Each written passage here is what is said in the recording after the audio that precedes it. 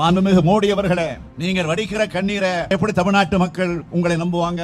56 inch இருமாப்போடு சொல்லிக்கிறீங்களே, இது சபதம் அல்ல, வெற்று சவாடாது.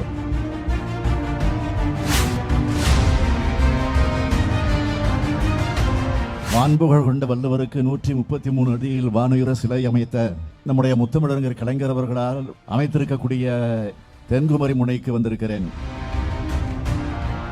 ஜனநாயகத்தை காக்கும் போர்க்களத்தில் வெற்றி பெற உங்க ஆதரவை கேட்டு நான் வந்திருக்கிறேன். மீண்டும் மோடி ஆட்சிக்கு வந்தா அமைதியான இந்தியா அமளியான இந்தியாவாக மாறிடும். அதற்கு சமீபத்திய உதாரணம் மணிப்பூர் மாநிலத்தில் நடந்த கலவரம். பாஜக மீண்டும் ஆட்சிக்கு வந்தா ஒரு தாய் மக்களா வாழற ஒற்றுமையா வாழக்கூடிய இந்தியாவை வெறுப்பு விதைகளை தூவி நாசம் பண்ணிடுவாங்க. சில நாட்களுக்கு முன்னால குமரிக்கும் திருநெல்வேலிக்கும் பிரதமர் நரேந்திர மோடி வந்திருந்தார். எலெக்ஷன் வந்துருச்சுன்னு இப்போ அடிக்கடி வந்து போய் கொண்டிருக்கக்கூடிய பிரதமர் மோடி அவர்களே, வெள்ளம் வந்தப்போ எங்க இருந்தீங்க? மக்கள் கடுமையாக பாதிக்கப்பட்டிருக்காங்க.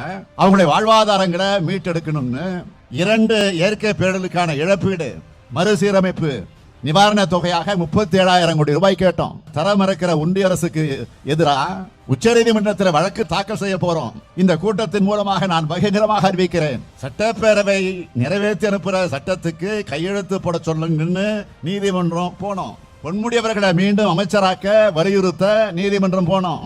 இப்போ நிதி கேட்டும் நீதிமன்றம் தான் போகணும். பாஜக எத்தகைய ஓர வஞ்சனையான அரசாக நடந்துகிட்டு இருக்கு.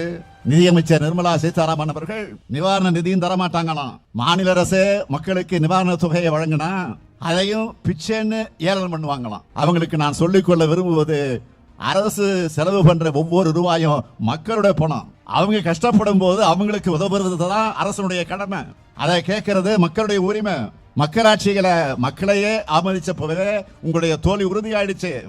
அம்மையார் அவர்களே, ஒரு முறையாவது மக்களை வந்து சந்திச்சு பாருங்க, அப்ப தெரியும் மக்கள் உங்களுக்கு என்ன பதில் வச்சிருக்காங்கன்னு.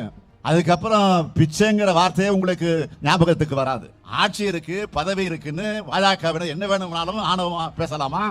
தமிழர்களை பிச்சைக்காரர்கள் சொன்னா இன்னொரு ஒன்றிய அமைச்சர் தமிழர்களை தீவிரவாதிகள் பயங்கரவாதிகள் குற்றம் சாட்டுகிறார். தமிழர்கள் மேல ஏன் இத்தனை கோபம், வெறுப்பு, வன்மம்?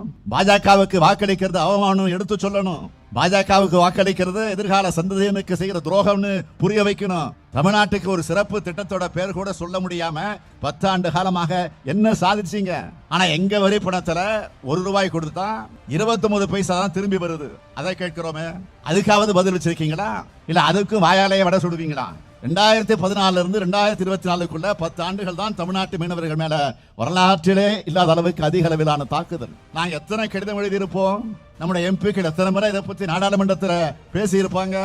இலங்கை மாதிரியான அண்டை நாட்டை பார்த்து இந்த அளவுக்கு பயப்படுகிற ஆட்சி நடத்துகிற பிரதமர் மோடி 10 ஆண்டுகளுக்கு முன்னாடி இருந்த காங்கிரஸ் ஆட்சியை குறை சொல்லிட்டு இருக்காரு. தேர்தலுக்கு 1 ரூபாய் கூட செலவு பண்ண விடாம காங்கிரசுடைய வங்கி கணக்கை முடக்கி பாஜகவுடைய தேர்தல் பத்திர ஊழல் எப்படி திசை திருப்பலாம்? இதுதான் பிரதமர் மோடி இப்போ சிந்திச்சுட்டு இருக்கிறார். மோடியின் ஆட்சி அவருக்கு நெருக்கமான சிலருக்கு மட்டுமே சாதகமான ஆட்சி. நாடு இப்படிப்பட்ட பேராபத்தில் சிக்கி தவிச்சுக்கிட்டு இருக்கு. ஆனா இது பத்தி எந்த கவலையும் இல்லாம, எந்த கொள்கையும் இல்லாம வளைந்த முதுகோடு வலம் வர்றாரு. யாரு? பழனிசாமி. பழனிசாமி அவர்களே, கேள்விக்குறி போல வளைந்திருப்பது அவமானத்தினுடைய அவமானம் இல்லையா? பாஜகவுக்கு எதிரான வாக்களை எப்படியாவது பிரிக்கணும்னு களமிறக்கப்பட்டிருக்கக்கூடிய மறைமுக பாஜக வேட்பாளர்கள் தான் பழனிசாமியால் களமிறக்கப்பட்டிருக்கக்கூடிய அதிமுக வேட்பாளர்கள். பழனிசாமி அவர்களிடம் தமிழ்நாட்டு மக்களிடம் மட்டுமல்ல, அதிமுக தொண்டர்களும் செல்வாக்கு இழந்து விட்டார். நேற்று பழனிசாமி திருச்சியில பேசினாரு. அப்படி பேசுறப்ப பாஜகவை விமர்சிச்சு அவர் வாயிலிருந்து ஒரு வார்த்தையாவது வந்துச்சா? இதுதான் கள்ள கூட்டணி. பாஜகவை விமர்சிக்காம எதிர்க்காம தமிழ்நாட்டை நாசப்படுத்த துணை போகக்கூடிய பழனிசாமி என்ன சொன்னா தெரியுமா?